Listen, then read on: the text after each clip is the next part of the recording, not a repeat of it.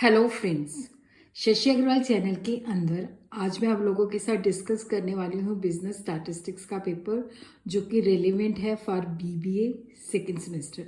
इसका पहले latest paper भी शेयर कर चुकी हूँ, तो 2-3 पेपर अगर कंपेयर कर लिए जाए तो उससे अच्छी प्रिपरेशन हो जाती है।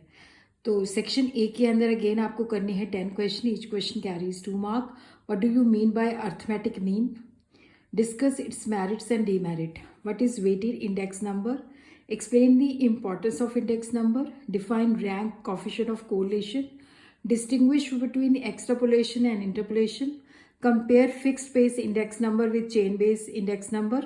2 lines of regression are given. You have to find the coefficient of correlation.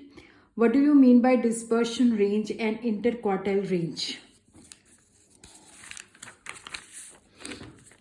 और उसी तरह हमें जो है शॉर्ट क्वेश्चन के अंदर न्यूमेरिकल भी दिया हुआ है। The mean weight of 150 student in a certain class is 60 kg. The mean weight of the boys in the class is 70 kg. That of the girl is 55 kg. Find the number of boys and the number of girls in the class. उसी तरह 10th question जो है mean and standard deviation of 200 items are found to be 60 and 20. 60 mean है और 20 standard deviation है. At the time of calculating, 2 items are wrongly taken as 3 and 67 instead of 13 and 17. तो इसमें wrong items ले ली गई 3 and 67 instead of 13 and 17. ये correct figures हैं. तो यहाँ पे हमने correct mean और standard deviation निकालना है.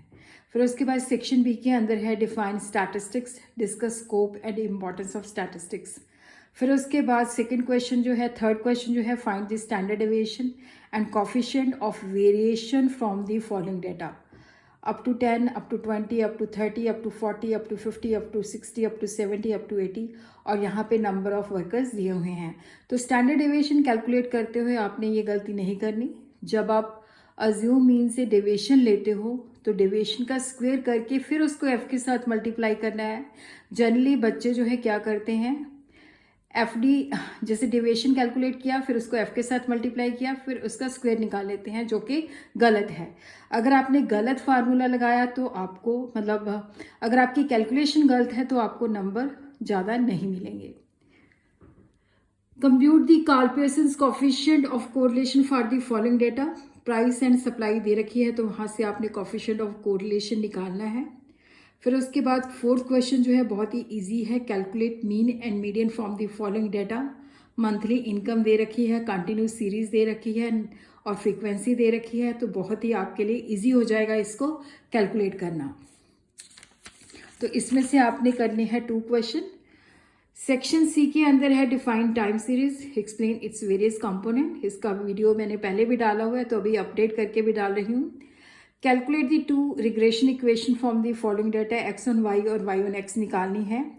फिर उसके बाद आपने कंप्यूट करना है Fisher's ideal index from the following data.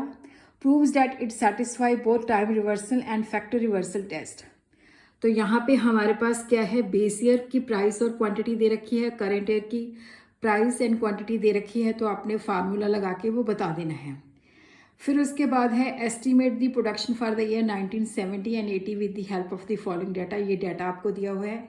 और उसी तरह from the data given estimate the number of person between the age of 35 and 40.